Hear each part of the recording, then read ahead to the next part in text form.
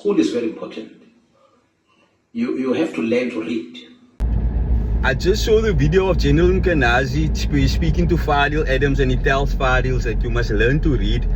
Reading is important. And this was exactly my issue with the CCC, is that they didn't read the agenda items. They say they are there representing the colored people, but when the agenda, the council agenda came out, you can hear on what the things that they are saying that they didn't even bother to read the agenda. So the agenda for council is sometimes 900 pages. That's a lot of reading you have to do within 1 week. So because you can hear that they didn't read the agenda.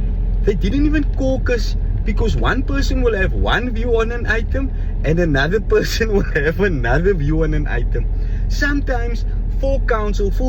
So how it works is, if you want to speak on an agenda item, then you need to submit your name to the speaker. Alright? And sometimes their names, they wouldn't even submit their names on time. Then the speaker needs to make special arrangements for them to speak on an item. So guys, you know, these smaller parties like CCC and PA, they say there that they are there representing the people, but ask yourself, what are they actually doing? The PA is saying that they are there, they're representing the people, but what have they done in council? What have they done in local government?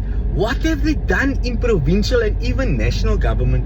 Even Gayton McKenzie, he is known as the Minister of Social Media, because all he does is he goes to the Springbok games and take a photo.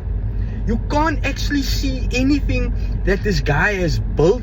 You can't see any service delivery that his councillors has done. So really actually voting for them, if you understand government and how it works, it's a waste of vote, because all they're doing is creating videos.